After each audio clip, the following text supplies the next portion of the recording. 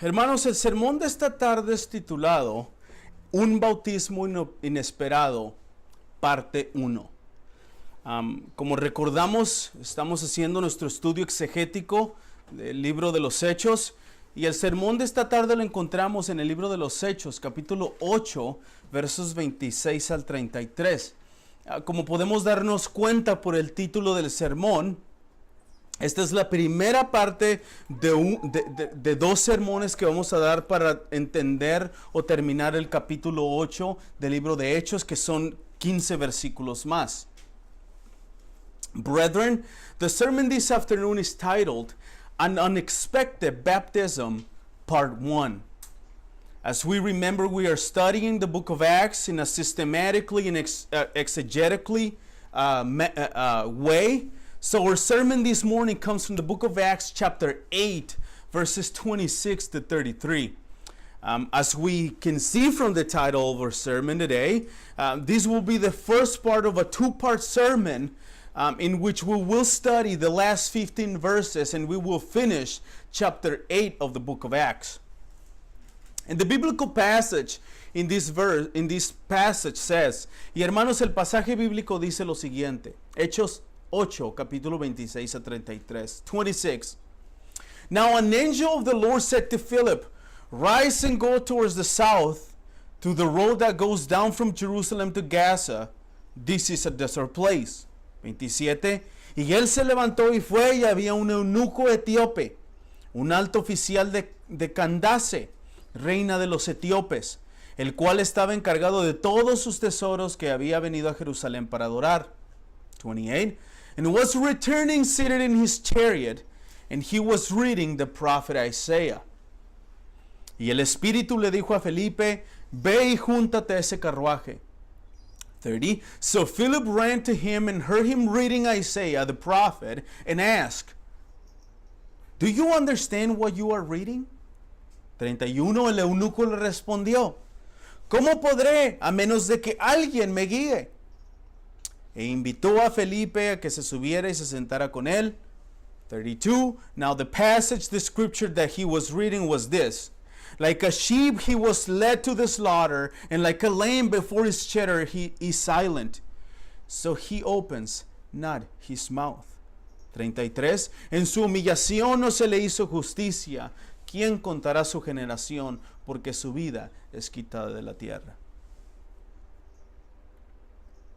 Hermanos, después de haber terminado las dos partes del sermón pasado, el Espíritu Santo desciende sobre los samaritanos. Ahora pasamos a estudiar esta narrativa, hermanos, que es parte de los hechos de Felipe predicando el Evangelio en Samaria. En esta historia, hermanos, nos encontramos a Felipe una vez más siendo el medio por el cual Dios lleva el Evangelio a otras personas. Pero en este caso, hermanos, nos encontramos con un personaje muy especial. Este personaje único y especial es un eunuco que proviene de Etiopía. Brethren, after having finished the two-part sermon of last and the week before about the Holy Spirit descending on the Samaritans, we now turn and study this account in which is part of Philip's preaching the gospel to Samaria. The interesting thing is that in this story, Philip once again is being the means by which God brings the gospel to other people. But not only that, but in this very case, we find a special character. This special character and unique character is a eunuch from Ethiopia. En los hechos grabados, hermanos, en el primer libro de Reyes, capítulo 8, en la dedicación del templo, Salomón oró a Dios en esa dedicación pidiendo a Dios varias cosas, entre ellas lo que es concerniente a nosotros para la predicación del día de hoy. Los encontramos en los versos 41-42. Esto es lo que dice el pasaje de Primera de Reyes, capítulo 8, versos 41 y 42. Vean lo que dice. También, en cuanto al extranjero que no es de tu pueblo Israel, cuando venga de una tierra lejana a causa de tu nombre, porque oirán tu gran nombre y de tu mano poderosa y de tu brazo extendido cuando vengan a orar a esta casa, dice Primera de Reyes. En otras palabras, hermanos, Salomón pidió a Dios, o Salomón oró a Dios en la dedicación del templo, que Dios fuera misericordioso y que escuchara las oraciones de los extranjeros, entre ellos obviamente este hombre etíope, que habrían de venir a orar al templo. ¿Por qué? Porque dice el pasaje que oirían su gran nombre y de su mano poderosa. Los etíopes, hermanos, han sido parte de la historia bíblica concerniente a Israel. Y en pasajes como Salmo 68, verso 31, y también en Salmo 87, verso 4, respectivamente, se nos dice de ellos como hombres quienes imploran y adoran al Dios al Rey de toda la tierra, como una nación que reconoce Sión como la capital espiritual a la cual subirán a adorar y a dar tributos al Rey de Reyes. And the events recorded in the book of 1 Kings chapter 8 in the dedication of the temple, Solomon prayed to God that in that occasion, asking God and praying to God several things. Among those things, what is concerning to us in this chapter 8, specifically verses 41 and 42 of 1 Kings chapter 8, which listen to what he says. Likewise, when a foreigner who is not of your people Israel comes from a far country for your name's sake, for they shall hear of your great name and your mighty hand, and of your outstretched arm, when he comes and prays towards this house. 1 Kings chapter 8, verse 41 and 42 says, in other words, Solomon asked God to be merciful and to hear the prayers of the foreigners. Among them, obviously, the Ethiopian people. Every foreigner who would come to pray to the temple, because they would hear, certainly they would hear his great name and his mighty hand. The Ethiopians have been part of the biblical story concerning Israel. In passages like Psalm 68:31 and Psalm 87 verse 4, respectively, we hear and we are told of them, the Ethiopians, as men who implore and worship the King of all earth, of course that is God, in a nation which recognizes Zion as the spiritual capital to which they will go up and worship to give tributes to the King of Kings. Again, naming God. Y este es precisamente, hermanos, el caso de este eunuco etíope en nuestra narrativa el día de hoy. Este eunuco vino al templo de Jerusalén a adorar sin imaginarse que en el camino de regreso a casa ese mismo día sería no solamente salvo, sino bautizado para la gloria del sabio y misericordioso Dios. De esta forma, hermanos, entramos de lleno al sermón. This is precisely the case of this Ethiopian eunuch. In our account today, this eunuch came to the temple in Jerusalem to worship God without imagining or even thinking that on his way back home that very same day, not only that he will be saved, but also baptized for the glory and the honor of the wise and merciful God. In that way, brothers and sisters, we enter fully to the biblical text. Y la primera parte del sermón, hermanos, es la orden del ángel del Señor en los versos 26 al 28.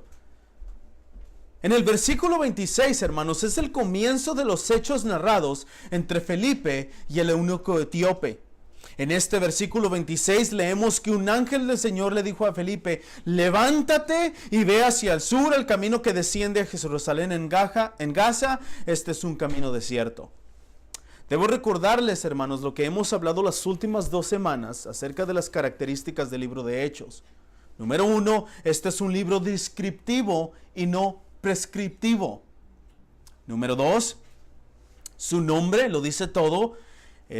Los libros de los Hechos de los Apóstoles, en otras palabras, hermanos, el libro de Hechos es un libro histórico.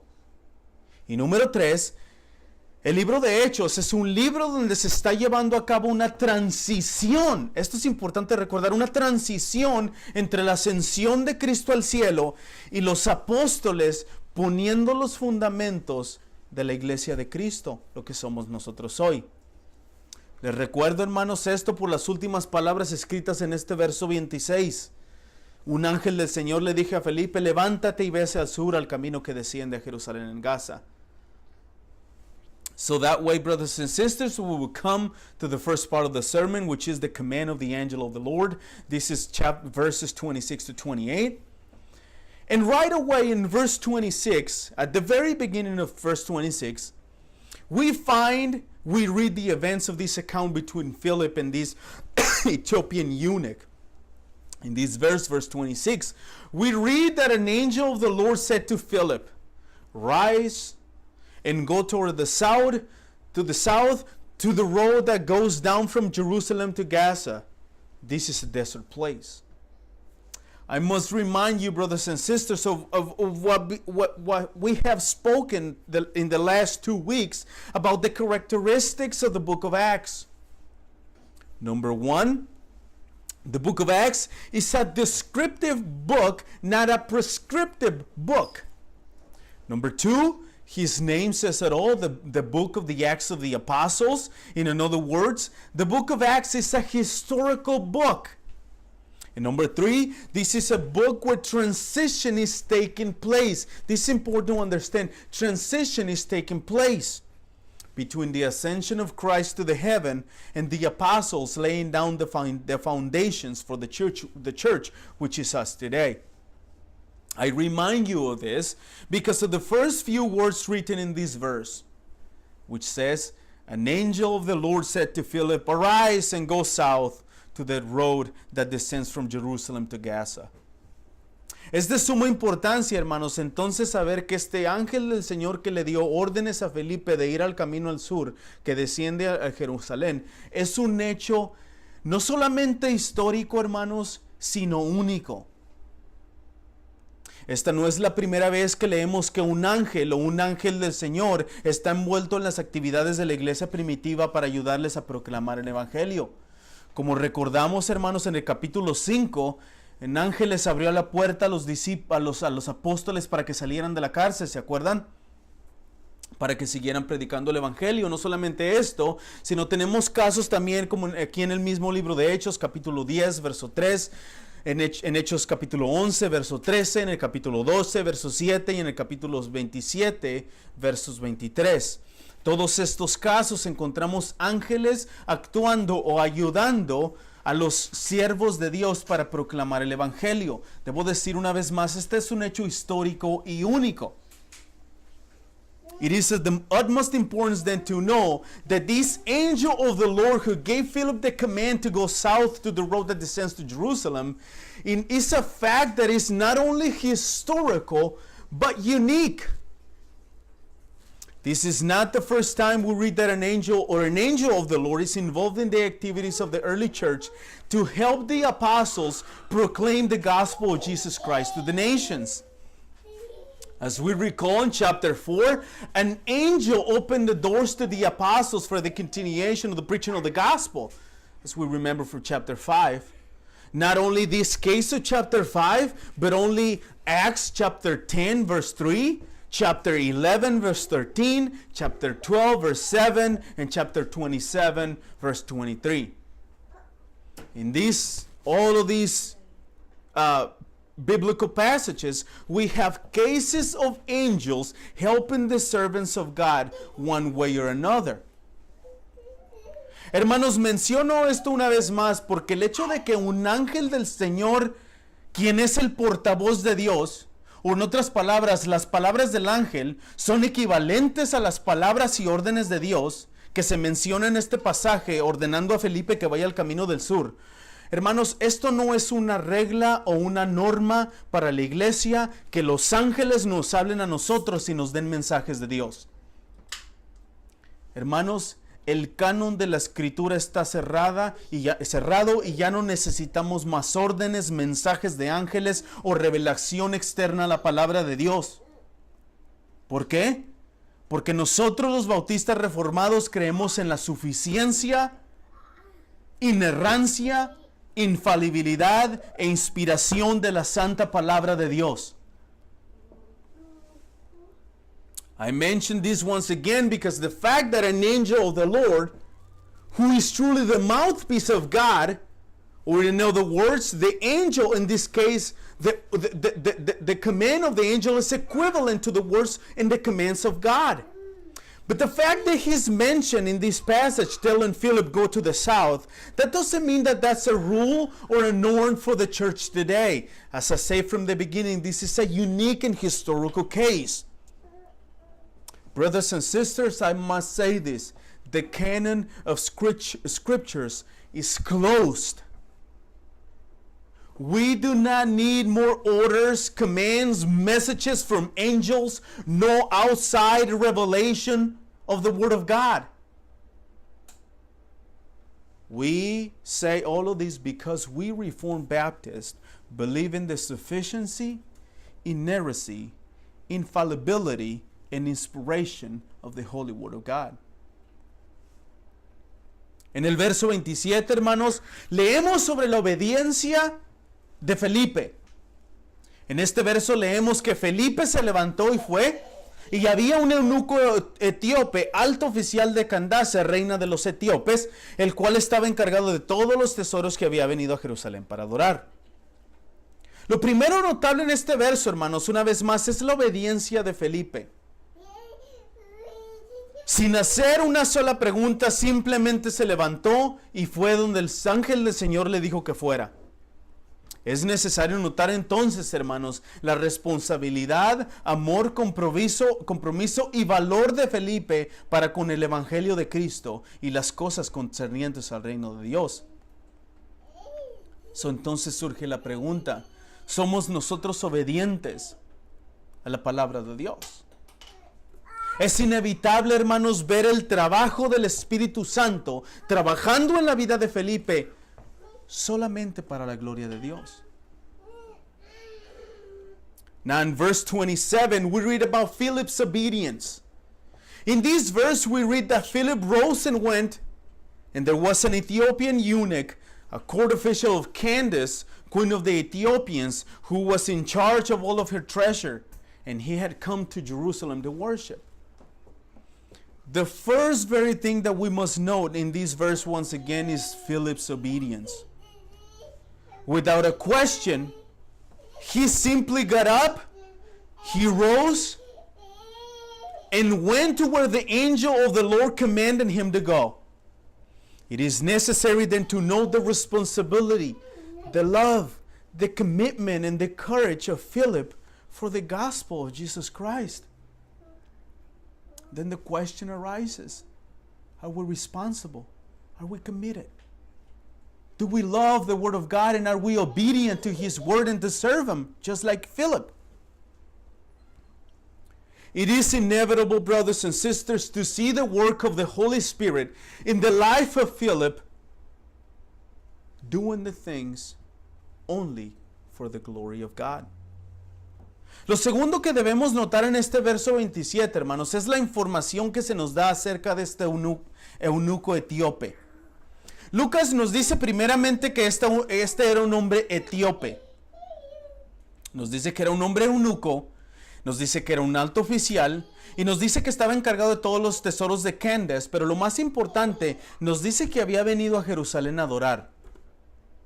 The second important thing to note in the information given to us about this Ethiopian eunuch is that Luke tells us, first of all, that he was an Ethiopian man.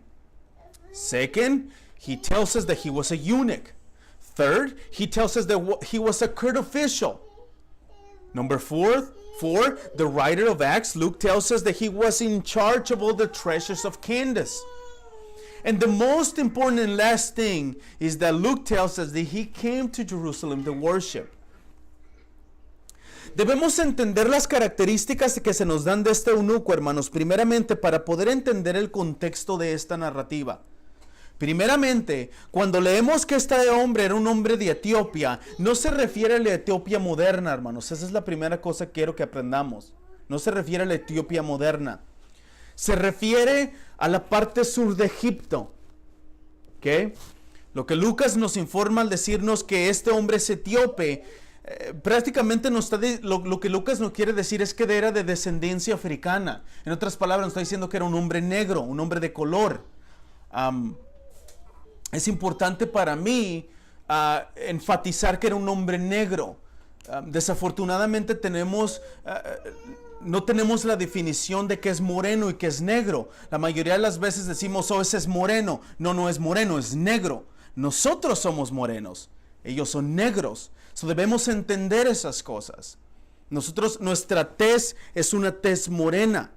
La de ellos tiene más pigmentos de color y es una tez negra. So, en otras palabras, cuando Lucas nos dice que es un hombre etíope, nos está diciendo que es un hombre africano, de descendencia africana, un hombre negro, una vez más al sur de Egipto. We must understand the characteristics in order to understand the context of this account. First, when we read that this man was from Ethiopia, as Luke tells us, Luke is not referring to the modern Ethiopia. He is referring to the southern part of Egypt. In other words, what the biblical writer is telling us is that this Ethiopian man is of African descent. In other words, that's what Luke is telling us. Luke is telling us he's a black man and a person of African descent. But the most important thing that Luke is telling us with his descendants is that this man is a Gentile proselyte. I want you to keep that in mind. Después de eso, hermanos, Lucas nos dice que era un eunuco. Los eunucos, hermanos, eran generalmente empleados en este lado del mundo, el sur de Egipto, y lugares como Nubia, Cordofán y específicamente Moroe, como oficiales confidenciales de los faraones egipcios y las reinas, o en este caso como se les conoce en Moroe, Candaces, en otras palabras. Cuando leemos este pasaje, la reina Candace, ese no es su nombre. Ese es de la forma que se les conoce a las reinas en este lugar. En otras palabras, en Estados Unidos tenemos presidentes, en Inglaterra tienen reyes. En esta parte del mundo, en este tiempo, a las reinas se les conocía como Candaces. Ese no es el nombre de la reina, sino ese es como se les conoce. También los eunucos, hermanos, se empleaban como hombres castrados, o sea, incapaces de tener hijos. Les cortaban los testículos para no poder tener hijos. Esto lo hacían con la intención de que estos hombres que no podían tener hijos fueran encargados de las cuestiones cosméticas de las vírgenes que se iban a convertir en reinas.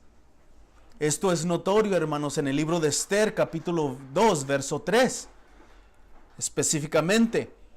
Y por la información que obtenemos de Lucas, hermanos, este es el caso precisamente de este eunuco.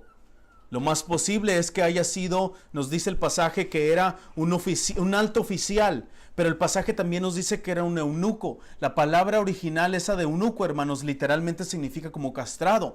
Lo más probable es que este hombre era las dos cosas. No solamente un alto oficial encargado del dinero, como dice el pasaje, pero realmente castrado. Then Luke tells us that he's a eunuch, is the second thing he tells us. Now, I got to tell you about the eunuchs. The eunuchs were generally employed on this side of the world.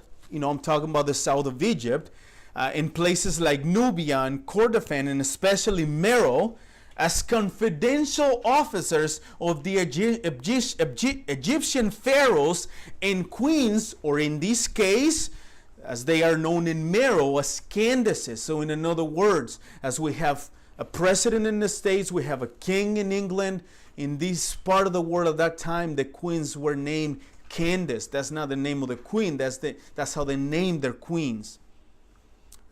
They were also not only as high-ranked officers, but they were also used as castrated men. In other words, incapable of having children. Now, the reason why they did that is because these men incapable of having children were in charge of the cosmetic services of the virgins who were becoming the queens. This becomes especially noticeable in the book of Esther, chapter 2, verse 3. Now, for the information that we have about this eunuch man, I think that it is safe to say that this man was both things. Number one, he was a high official. But second, the original word written there as eunuch, it literally means castrated. So it was both things. Luego, hermanos, Lucas nos dice que este eunuco estaba encargado de todos los tesoros de la reina. Por lo que hemos visto anteriormente, tiene sentido entonces, hermanos, que este eunuco estuviera a los servicios de la reina. No solamente eso, sino que también era un oficial de la reina, lo que se conocía en este lado del mundo. Then Luke tells us that this eunuch was in charge of all the treasures of Candace. Now, for what we have seen previously, it makes perfect sense that this eunuch was a servant of the queen. But not only that, but he was also a high officer, a high official of Candace. Once again, Candace is the name given to the queens of this part of the world at that time. Por último, hermanos, Lucas nos dice que había venido al templo para adorar. Esto es de suma importancia para encontrar el texto de la conversión del eunuco, hermanos. Según la ley en Deuteronomio capítulo 23, verso 1, los eunucos, y en este caso cualquier hombre que hubiera sido castrado, que no tuviera su miembro viril, podía entrar en el templo para adorar. Era imposible. Pero según Isaías 53, versos 3 al 5, los eunucos específicamente en la promesa o en la profecía dada en ese pasaje recibirán un lugar en la casa y en los muros de Dios. En otras palabras, ya hemos visto por los hechos ocurridos con los samaritanos, y lo veremos más adelante a través del libro de los Hechos, que Lucas en toda la narrativa del libro de los Hechos, hermanos, nos muestra la universalidad del Evangelio. En otras palabras, el Evangelio es para todas las personas de todas las razas. En este caso, este hombre eunuco etíope era un gentil prosélito. ¿Se acuerdan qué es prosélito? Lo mencioné antes en el capítulo 2 del libro de Hechos. Un prosélito es una persona que se había convertido totalmente al judaísmo. Era una persona que no era judío, no era de Israel, pero sí había convertido totalmente al judaísmo. Ese era un prosélito. So finally, Luke tells us in this verse 27 that he had come to the temple of Jerusalem to worship. Now, this is very, very important in understanding the context of his conversion. Why? Because according to the law of Deuteronomy 23:1, eunuchs, in any case, any man who had been castrated or who did not have their virile member, could not enter the temple to worship.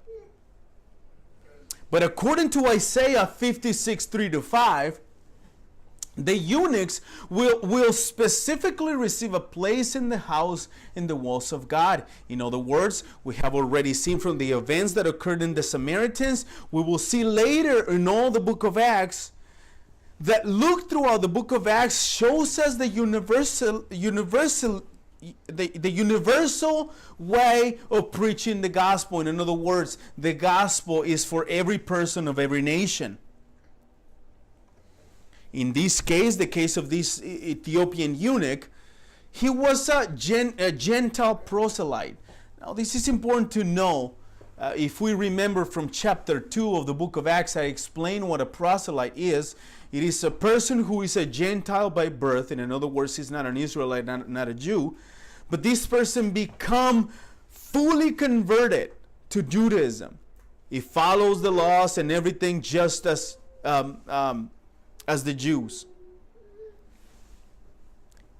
Y en el verso 28, hermanos, leemos que este eunuco etíope regresaba a su país sentado en un carruaje y leía al profeta Isaías.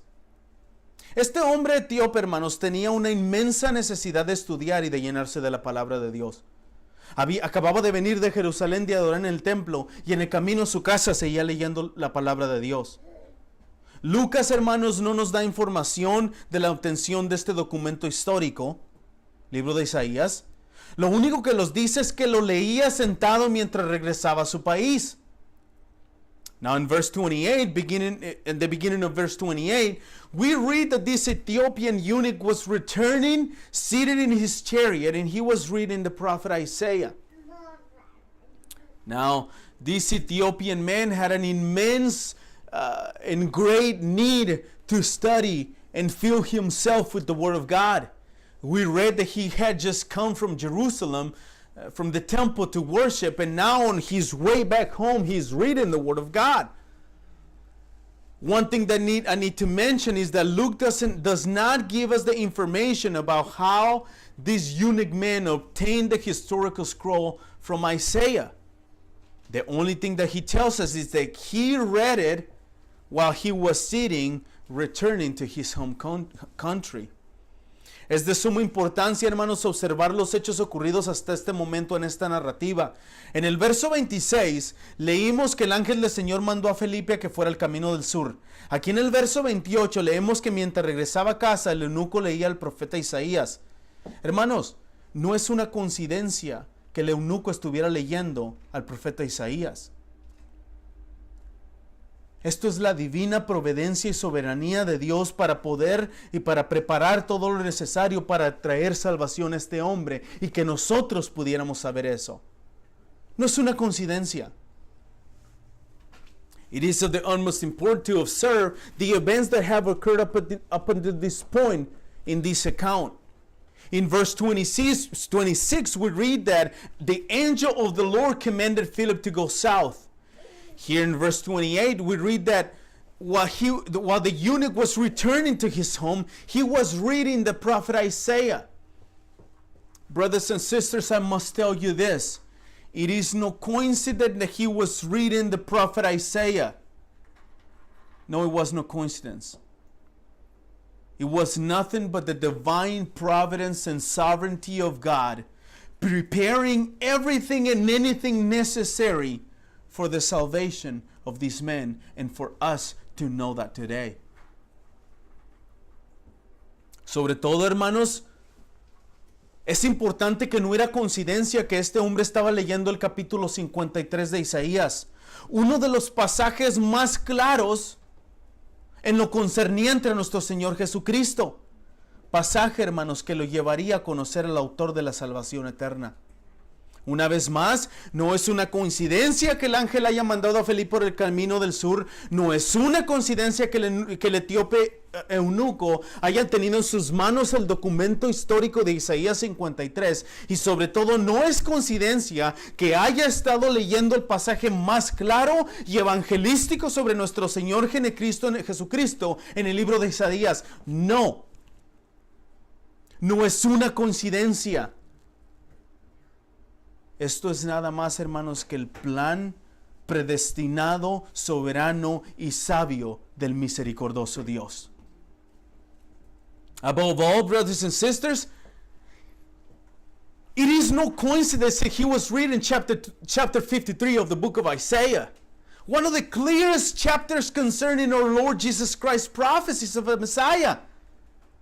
The very passage that would lead him to know the author of eternal salvation.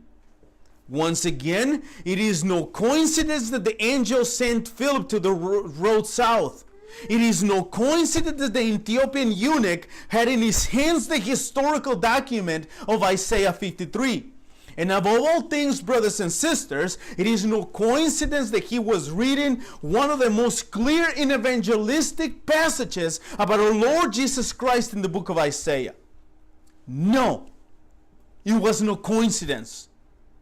This is nothing but the sovereign and predestined plan of the wise and merciful God. De esta forma, hermanos, entramos a la segunda parte del sermón, la orden del Espíritu, versos 29 al 33.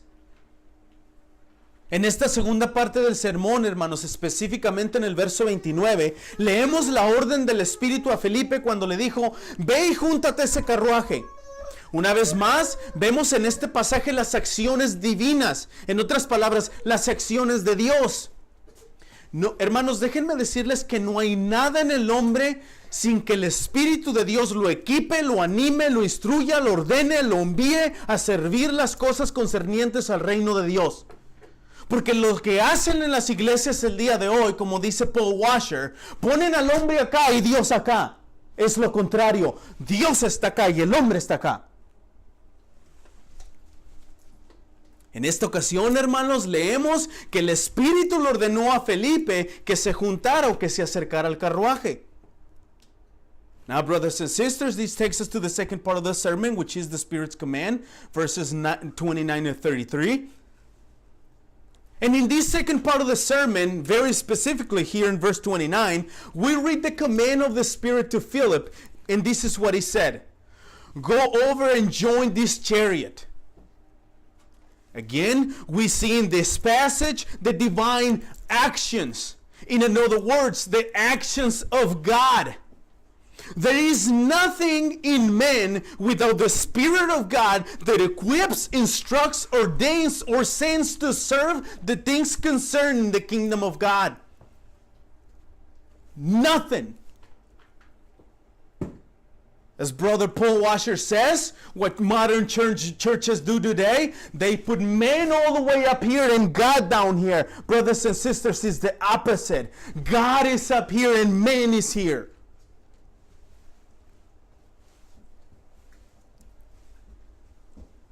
Now, in this very occasion, we read that the Spirit commanded Philip to join or to approach the chariot of this eunuch man.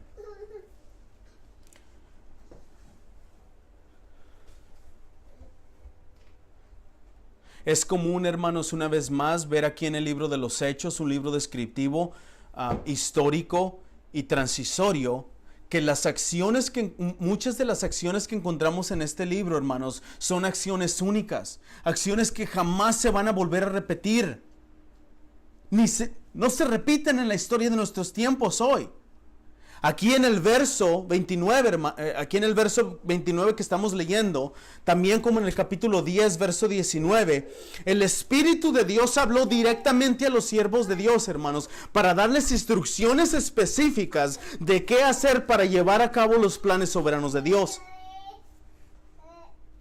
It is common once again to see here in the descriptive, historical, and transitional book of Acts, the unique actions that will never be repeated anymore in the history of the church.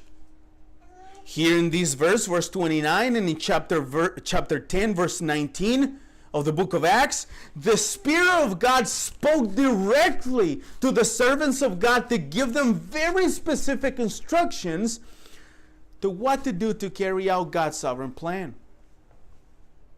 Hermanos, esto es importante que sepamos. Muchos cristianos en nuestros días usan el pasaje de Juan 16:13. Esto es lo que dice el pasaje. Pero cuando Él, el Espíritu de verdad, venga, los guiará a toda verdad, porque no hablará por su propia cuenta, sino que hablará todo lo que oiga, y Él les hará saber qué habría de venir. Muchos cristianos en nuestros días usan este pasaje para decir que el Espíritu los guía y les habla para hacer como lo hizo con Felipe. Pero hermanos, eso no es lo que dice este pasaje. Jesús les dijo a sus discípulos en este versículo que cuando el Espíritu venga, obviamente ya fuimos testigos de eso en el capítulo 2 del Hechos, que cuando el Espíritu venga, el Espíritu los guiará ¿a dónde? A toda verdad. El problema, hermanos, es que estos cristianos que usan este pasaje para defender que el Espíritu les habla, ponen tanto énfasis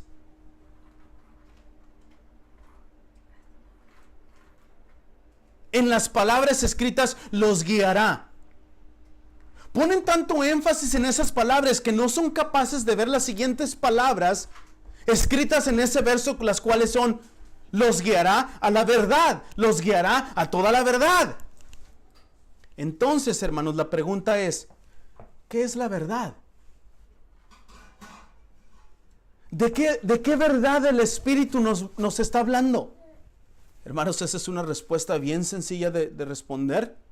Según las palabras de nuestro mismo Señor Jesucristo en Juan capítulo 17, esto es lo que dice en la oración sacerdotal. Santifícalos en la verdad. Tu palabra es la verdad. En otras palabras, hermanos, cuando el pasaje de Juan 16:13 que estos cristianos usan para defender que el Espíritu les da voces audibles y les dice qué hacer, lo cual no es verdad porque no es bíblico, es una mentira. Cuando este pasaje habla de eso, se está refiriendo que el Espíritu nos guiará a nosotros, los que tenemos el Espíritu de Dios dentro de nosotros, a la palabra de Dios. ¿Para qué? Para nosotros poder comprobar lo que el mismo Espíritu escribió usando de las manos de los autores sagrados. En otras palabras, esto que leemos aquí en el verso 29 del Espíritu hablando a Felipe directamente, hermanos, para que se acercara al carruaje del eunuco etíope, es único, es histórico y descriptible. No es una regla, no es una norma, y esto no pasa en nuestros tiempos. Cuando alguien se acerque y les diga, Dios me dijo que, es una mentira. Eso es una mentira. El capítulo 1 de Juan, versos 1 al 14, habla de Jesús como el verbo, el verbo, el verbo. En otras palabras, la palabra, la palabra, la palabra. Después encontramos, hermanos, en el libro de Hebreos capítulo 1, el pasaje dice, Dios en otros tiempos habló a nuestros padres por medio de profetas, hoy nos habla a través de su Hijo.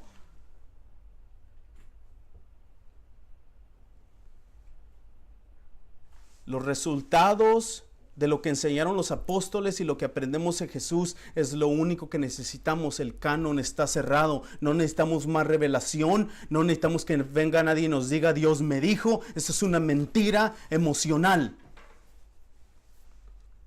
Many Christians today use this passage of John 16:13, which says, when the Spirit of truth comes, he will guide you into all the truth, for he will not speak of his own authority, but whatever he hears, he will speak, and he will declare you the things that are to come. Now, many Christians use this passage to say that the Spirit guides them and speaks to them in voices or put in his heart.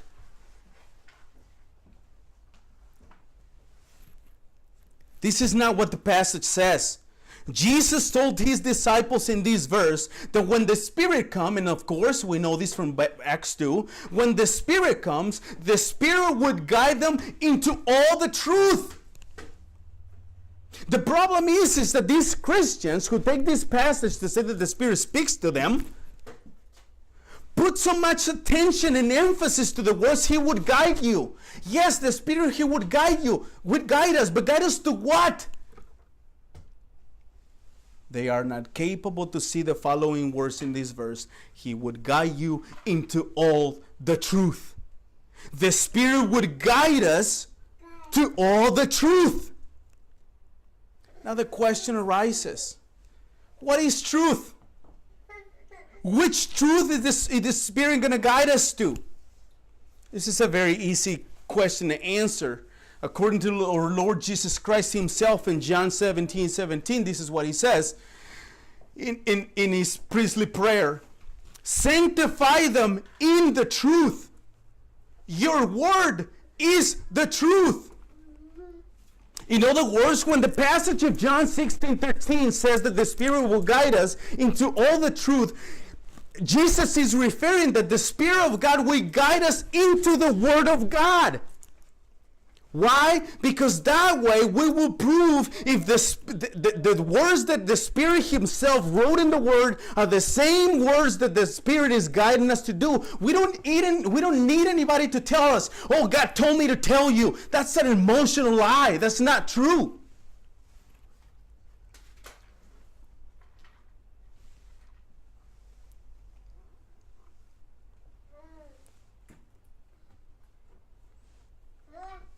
In other words, brothers and sisters, what we read here in verse 29, the Spirit speaking to Philip directly to approach the Ethiopian chariot, is a unique, historical, and descriptive event, which is not a rule, is not a standard, nor a norm for the church of all times. We don't need anybody to come and tell me God told me, because I would say, you don't know what you're talking about. You're ignorant, emotional person. Read the Word of God. En el verso 30, hermanos, leemos la obediencia, la acción y la pregunta de Felipe. Aquí leemos que cuando Felipe se acercó corriendo, lo oyó leer al profeta Isaías y le preguntó, ¿entiende usted lo que lee? El Espíritu ordenó a Felipe, hermanos, que se acercara al carruaje en el verso anterior. Now in verse 30, we read Philip's obedience, action, and question to the Ethiopian men. Here in verse 30, we read that Philip ran to him and heard him reading Isaiah the prophet and asked, "Do you understand what you are reading?" The Spirit commanded Philip to approach the Ethiopian chariot in the previous verse. Aquí, hermanos, en este verso 30, finalmente Felipe obedece a ese mandato, no solamente inmediatamente, sino con ánimo y fervor de hacerlo. Es entonces, hermanos, que Felipe escuchó al eunuco leyendo al profeta Isaías y le preguntó que si entendía lo que leía. Era necesario, hermanos, para Felipe saber si el eunuco entendía al profeta Isaías o no. ¿Por qué era necesario?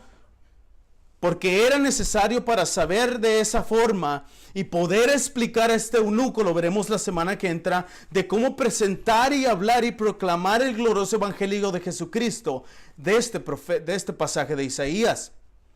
Here in verse 30, Philip faithfully obeys to this command, not only immediately, but with fervor to do so.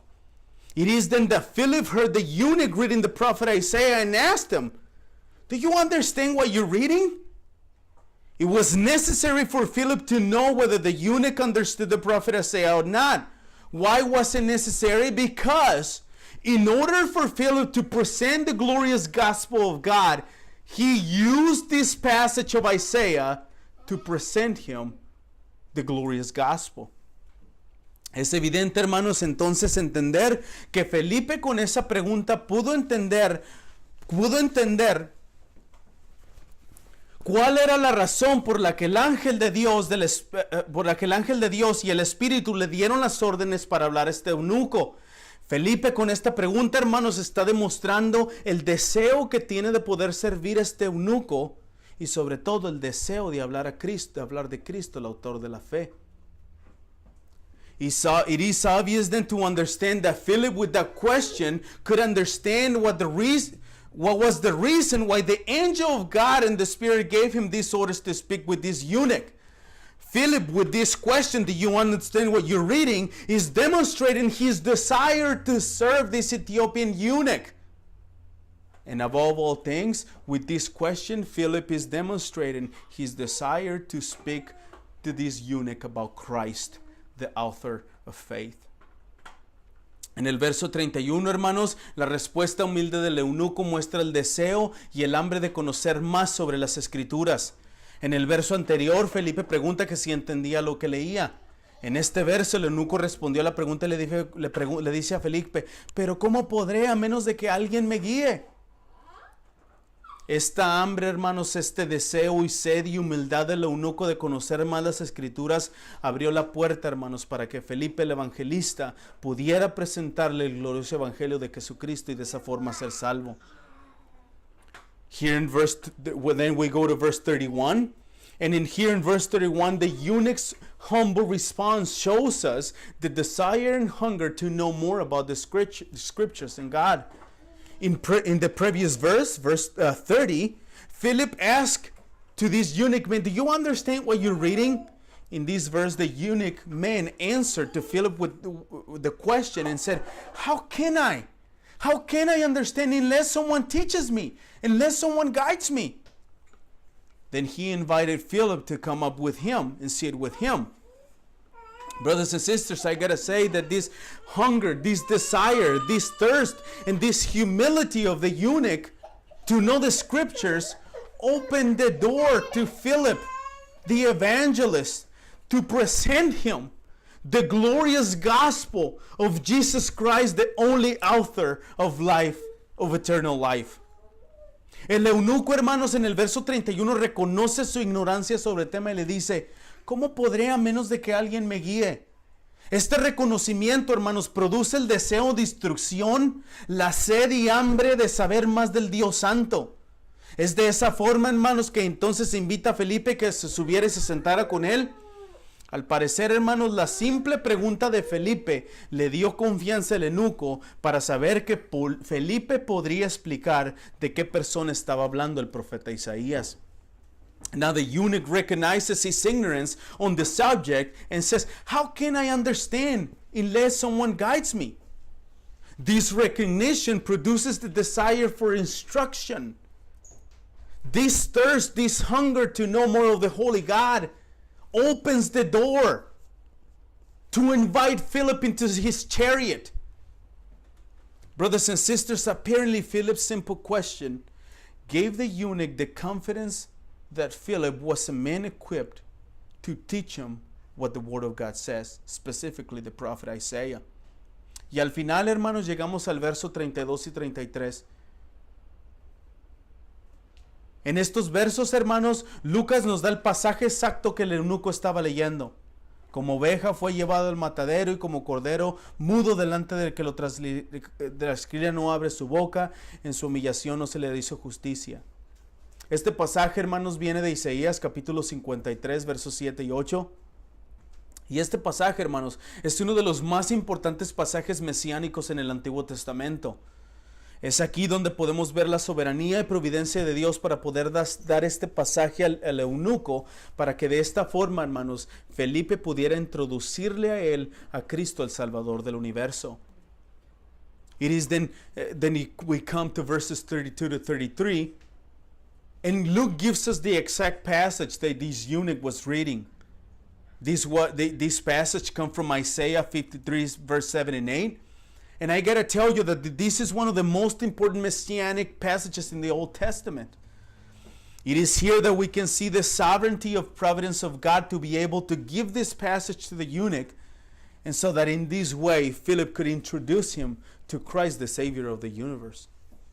El eunuco, hermanos, al no saber la interpretación correcta de este pasaje, seguramente tenía muchas dudas.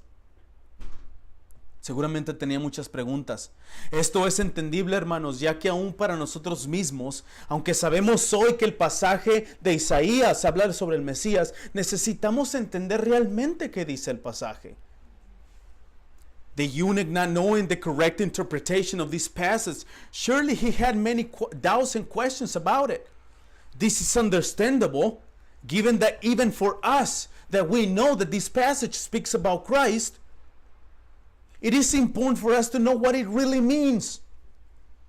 Este pasaje, hermanos, encontramos dos comparaciones. Una oveja, dos, el cordero. Nuestro Señor Jesucristo, hermanos, fue como una oveja llevada al matadero. Jesús fue la oveja llevada al matadero, al sacrificio. Cristo, hermanos, estuvo en la cruz como una verdadera oveja. Fue obediente, fue paciente y especialmente una vez más fue la oveja usada para el sacrificio por nosotros. In this passage we first find two comparisons. Number one, as a sheep, and number two, as a lamb. Our Lord Jesus Christ was like a sheep brought to the slaughter. Jesus was brought to sacrifice. Christ was on the cross as a true sheep, obedient, patient, and especially one more time, he was the sheep brought to sacrifice for us. La segunda comparación, hermanos, es como de un cordero. Cuando los corderos, hermanos, son trasquilados, no ponen ningún tipo de resistencia. De esa misma forma, nuestro Señor Jesucristo fue el cordero pascual, ofrecido por los pecados de aquellos por quienes su muerte llevó sus pecados para hacer expiación y redención por ellos. De la misma forma, hermanos, que un cordero no hace ningún ruido cuando es trasquilado, Jesús no abrió su boca para defenderse. Aunque no encontraron en él ninguna falla, ningún delito, Jesús pagó por los pecados de los elegidos sin decir ni una sola palabra. The second comparison in this passage is like a lamb. When lambs are shorn, they don't put any resistance to it. In the same way, our Lord Jesus Christ was the Paschal Lamb offered for the sins of those whom in his death will bear the sins to make atonement and redemption for them. In the same way, a lamb makes no noise when he's shorn. Jesus did not open his mouth to defend himself. Although they didn't find any fault or crime in Jesus, he paid for the sins of the elect without even saying a single word. Después el pasaje dice, hermanos, que en su humillación no se le hizo justicia. En los momentos más difíciles de las últimas horas de la vida de Cristo, hermanos, en su humillación, su momento más bajo, mientras estaba siendo sacrificado por nosotros, por el castigo que nosotros merecemos, y el castigo fue puesto en sus hombros, no se le hizo justicia, porque Él no debía pagar y no se le hizo justicia. Cristo no era culpable de nada. Él no cometió pecado. Él nunca quebró la ley de Dios. Pero como Él mismo lo dijo en el libro de Juan, hermanos, a Jesús no le quitaron su vida. Él la entregó. Necesitamos entender eso. Necesitamos entender que Jesús es soberano sobre todas las cosas. Porque hoy los predicadores y pastores pintan a un Jesús todo humilde y todo débil y todo demacrado y quiere que tú le abras la puerta. No, no. Jesús es rey sobre todas las cosas. Jesús no necesita a nadie. Jesús no necesita nada. The passage says here that in his humiliation, justice was denied to him. In the most difficult moments of the last hours of Christ's life, in his humiliation, in his lowest moments, while he was being sacrificed for us, for the punishment that we deserved, and the punishment that was put on his shoulders, justice was denied to him. Christ was not guilty of anything. He did not commit any sin. He never broke the law of God. But as himself said it in the book of John, the Romans did not take his life. He gave his life just to take it back. Because preachers today paint a Christ that is so weak and so is asking for people, open the door to me. No. Christ is King. Christ is the Savior. Christ is everything. Christ don't need you nor anything. And if He saves you, it's because of His own love, not because of you. You don't deserve anything. You are nothing. You are nothing but a sinful man.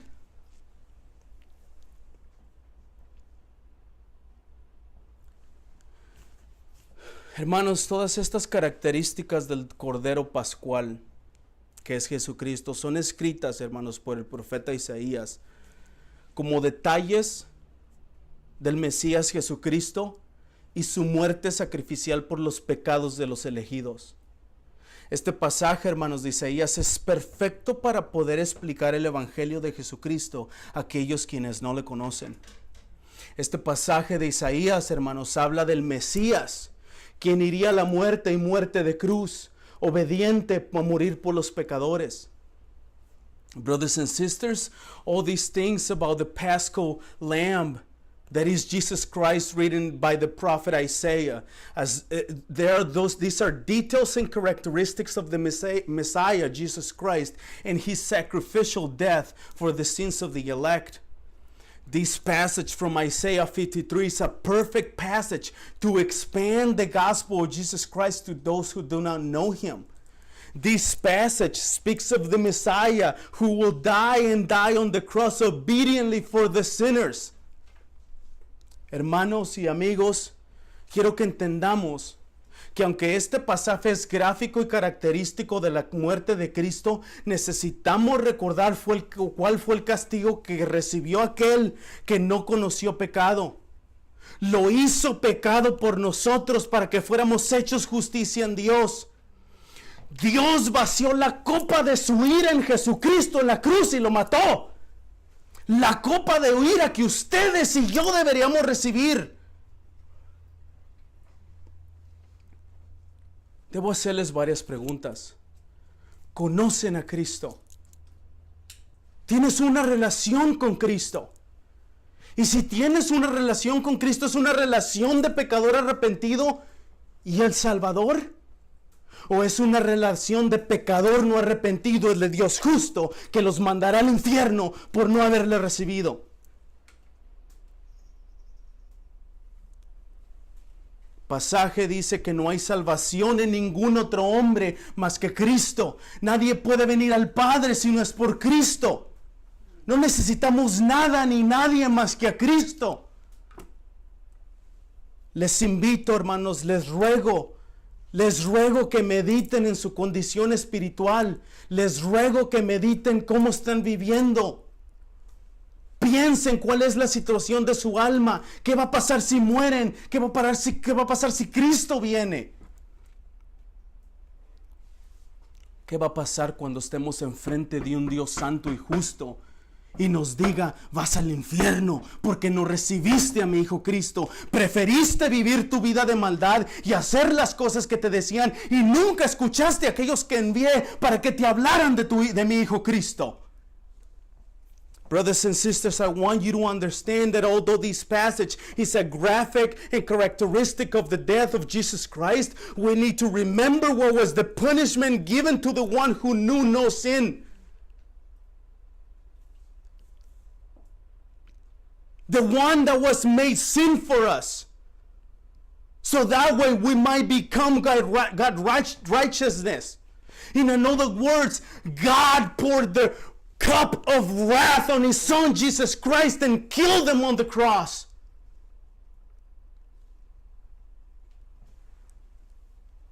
That cup of wrath, we should deserve that cup. We have sinned and broken God's law.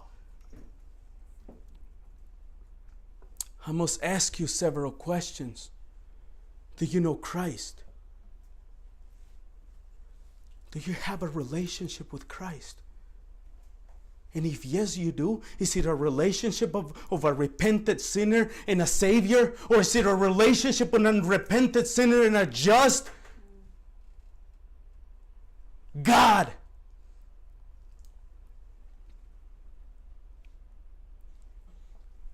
I invite you, I beg you, meditate on your spiritual condition. Meditate on your soul. Meditate on your life. Because God one day will be in front of God and He will ask you, I sent people to talk to you about my son Jesus Christ and you did not listen. Then all of us will raise our hand and would say, He is guilty, therefore He deserves to go to hell. Please meditate on this.